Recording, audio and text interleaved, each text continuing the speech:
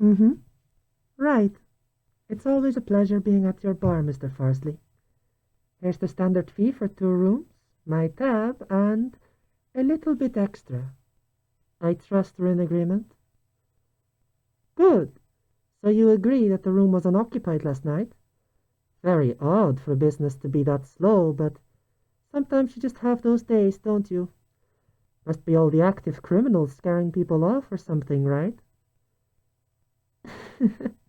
This and your honeymead is why I keep coming back, Farsley.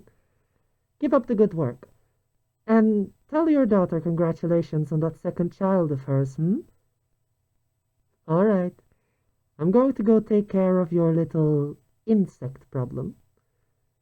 See you around.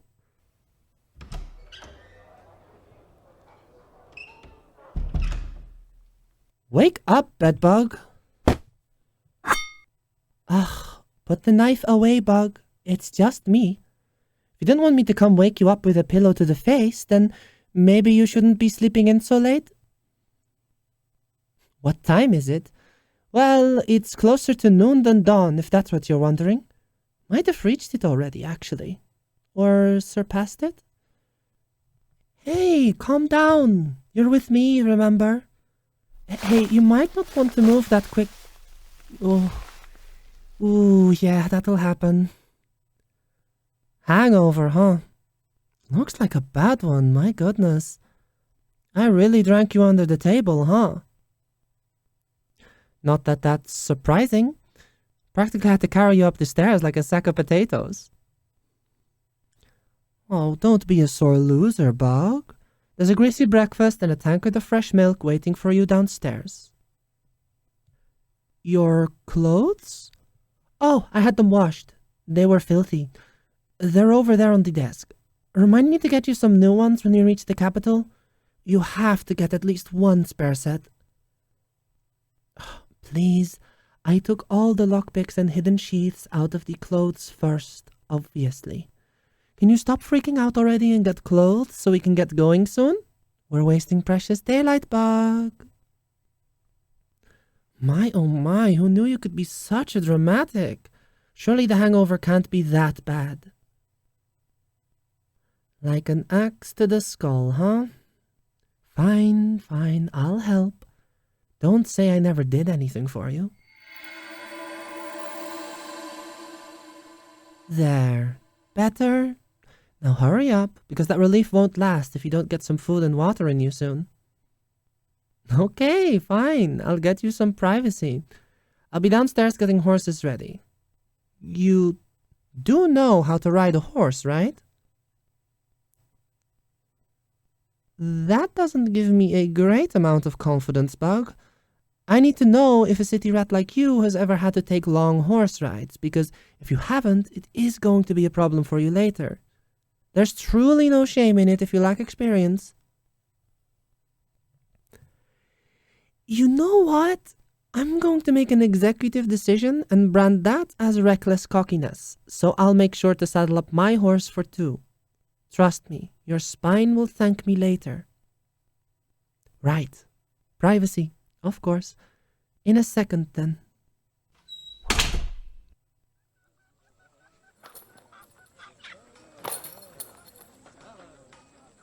That was fast. Did you even eat breakfast? Oh dear. Just so you know, I can't fix indigestion like I can fix hangovers. If you're clogged up, you're clogged up. If you say so. You all ready to go? Got everything you need? Good. Hop on up then. You know how to? Said with the confidence of grounded birds and landed fish everywhere. Here, take my hand. And up you go. Now keep your hood up for... Yeah, you've got the idea. Good job. Let's go. Oh there, guards. I don't know if you've been told yet, but you won't be having that rat problem anymore. Aye, here we did. You're free to go, but who's your hooded friend? They look almost familiar. Now, dear guardsman, I believe that question is a little bit above your pay grade, don't you think? Oi, mate. She's a blade keeper. It's not worth the miss. But she... Don't matter now, mate. Let it go. No. Fucking... bastard. Right. I suppose on you go then. You're free to pass. Thank you for your sacrifice, miss. Of course. Good tidings to you both, then.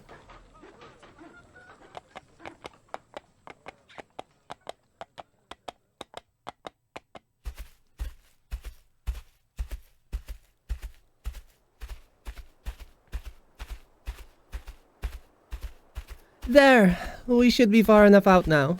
You can talk again. Yes, sure. I got so used to you never shutting up last night that I was almost starting to miss it. No, I'm serious. You've got a loose tongue when you're drunk, Bug. Dangerous trait to have as a criminal. Not that it matters. I suppose not, Impressed by the show? Well, yeah, of course they turned a blind eye. Horizon, whilst he loves justice, prefers to pick and choose between the more important bounties. Though, if pressed into a tense or dangerous situation with, say, the local guard, he can be persuaded to give me a smaller bounty for, say, a corrupt guardsman who pocketed some contraband, or perhaps a higher-up who has taken a bribe or two. Yahweh, Horizon doesn't like delays, Bug.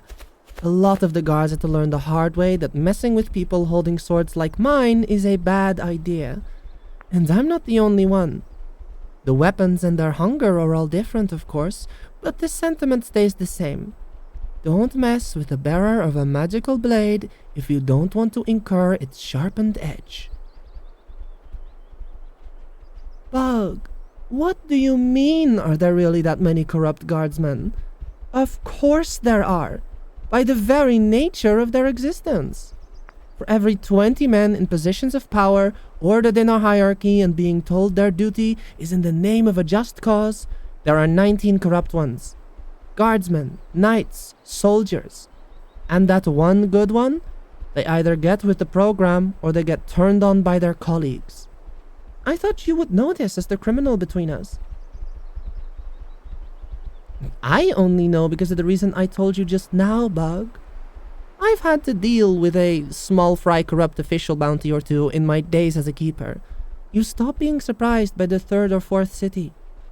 Comes in useful though, doesn't it? One hand on the blade, one covering the eyes of the law. Bet it's a dream come true for you. I was only joking, don't worry. You have to admit though, it came in useful this time.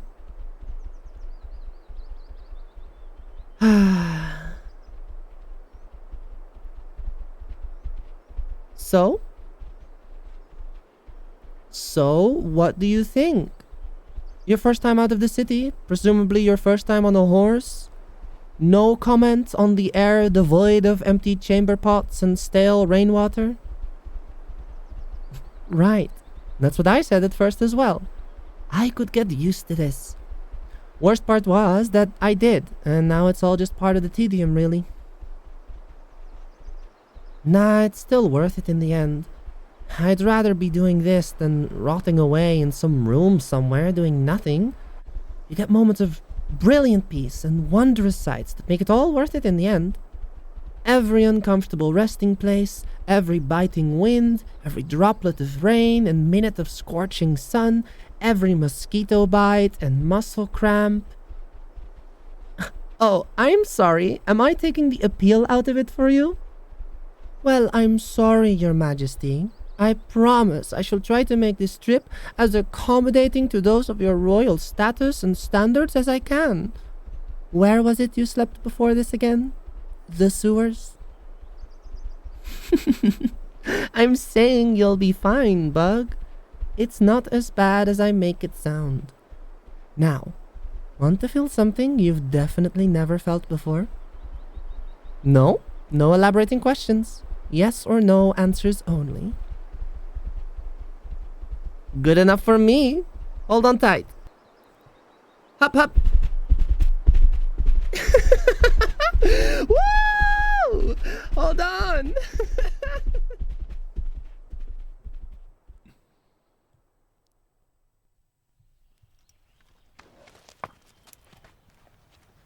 All right, I think this should be about far enough. You all right back there? I really thought I lost you for a second with that gallop. Bug, you were not fine. You had a vice grip on my waist. I thought you were trying to squeeze my organs out. Really though, are you all right?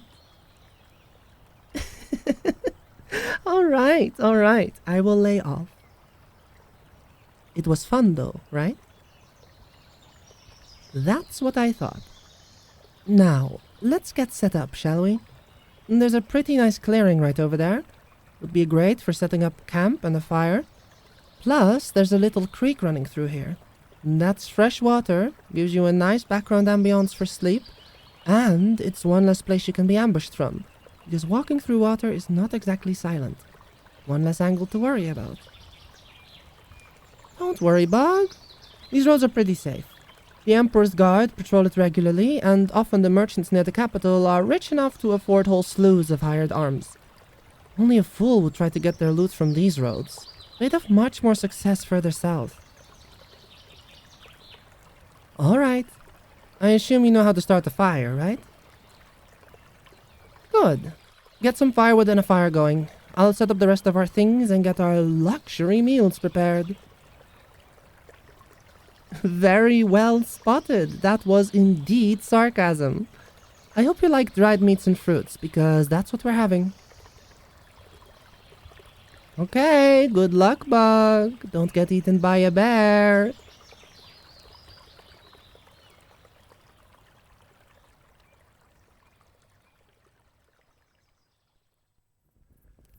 Ah, this is nice.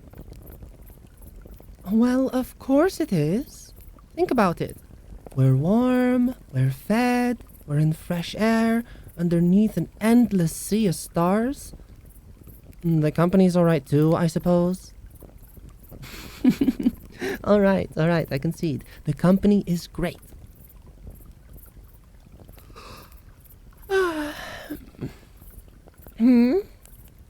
What is it? You want another poem? Are we children now, in need of bedtime stories? Well, I suppose I could read you another one, sure.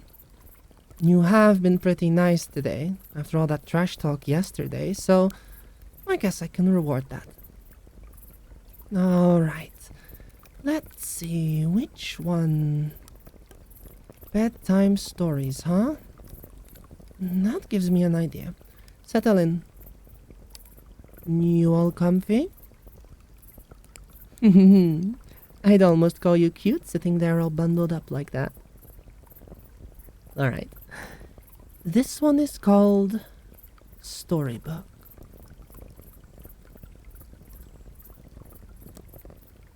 My childhood self would love this. So strange it is to be torn right from the pages of an old and cliche storybook, found in a bookstore nestled in an alley behind a failing restaurant. Their food isn't half bad, but the owner can't stop drinking and the chef is always high. And the young folks have all found much cheaper, better places. Places where the girls are young and the drink flows freely. And so the seats are mostly empty, save for a customer or two who only stick around because they remember when the inside did not smell like mold and cheap cigars.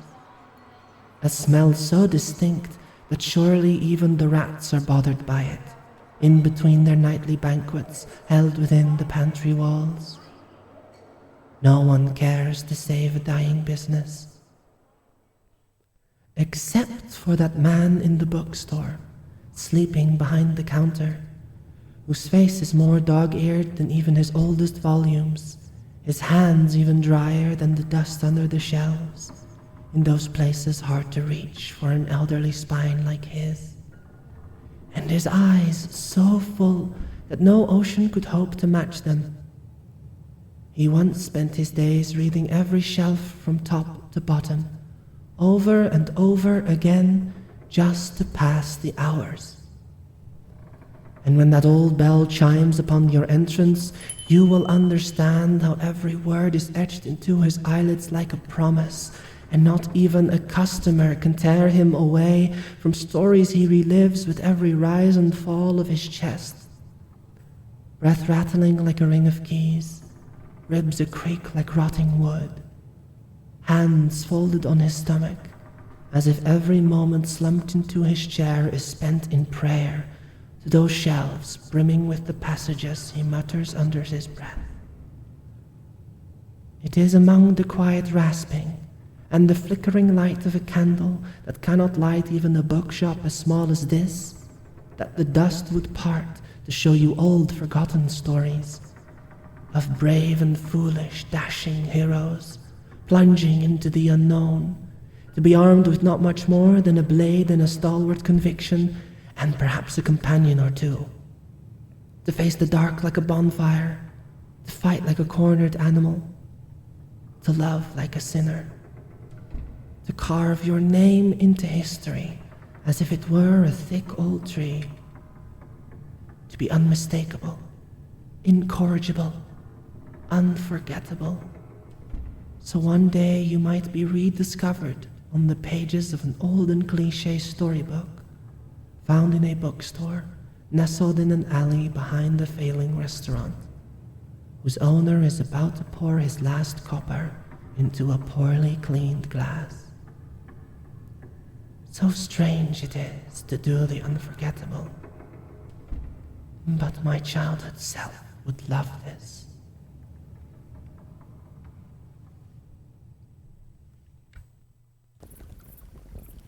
Are you alright, Bug? You've got this glaze over your eyes. Was it too long? Too boring? I will admit, this one was a bit of a flight of fancy where I just kind of let myself keep writing and writing and... Oh, it was good. I'm glad. So... Huh? How do I do what? Bug, what are you even talking about right now? An echo? Creaking wood? A bar? This is a strange way to compliment me, Bug, though I can't say I'm not flattered. Uh-huh. So, let me get this straight. Whenever I read you a poem, your vision goes blurry, my voice gains an ethereal quality, and you feel as if you are actually there? I'd almost think you were flirting with me, Bug. But thank you. I appreciate the compliment. If you're actually that worried about it, we can talk about it in the morning, okay? It's getting late. And I'm a little too tired to talk about your magic imagination or my enchanting voice or whatever it is you are claiming. No, it's not that I don't believe you, Bug. It's just that maybe you're just very vulnerable to poetry. I'll take you to a bookstore in the city and show you some bundles, okay? All right. I'll check you over.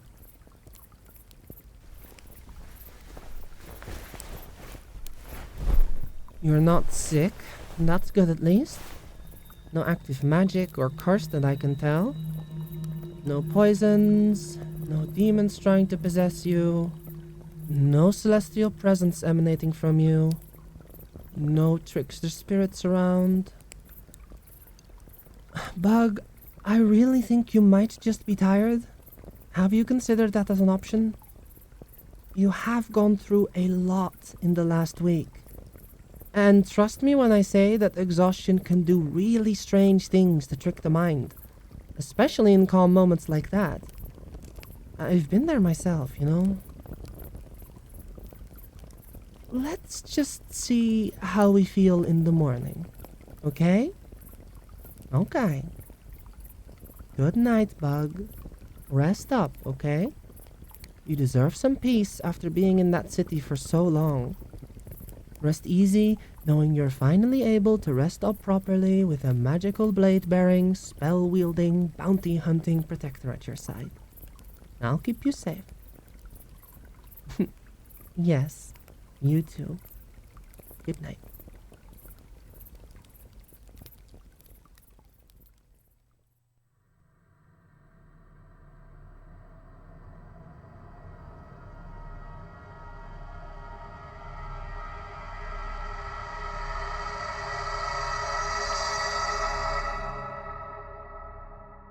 Does it please you, little thief?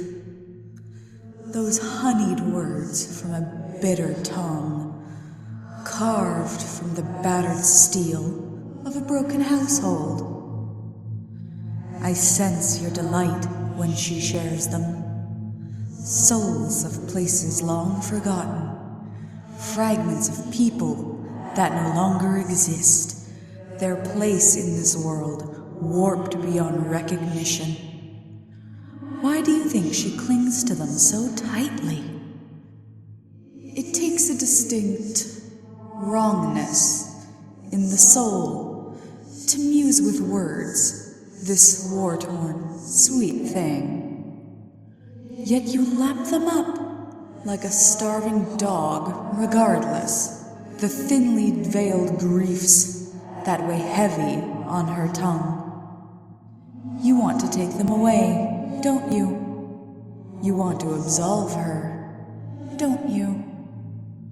Or perhaps you are ignorant of the dormant musings of your wanton soul. Well, no matter, sly creature. I've long finished my judgments of you. You and I will get along just fine. Now sleep, mournful thing. Bug. Little insect carried upon the winds of tempest, your stomach full with the blood of the divine. From now on, I shall decorate your palm with frescoes of scars, beautiful enough to rival any mural, any song, any mortal work devised in the name of distance. I shall be your implement to sever the ties of history, to carve through memory and shape it into forms most warm and soft. I shall be the divide. I shall be absolution. We shall be the in-between. Dream deep, child. The morning awaits, holding many perils, and she shall need you. She and that fool she wields. Dream fast. Dream for me.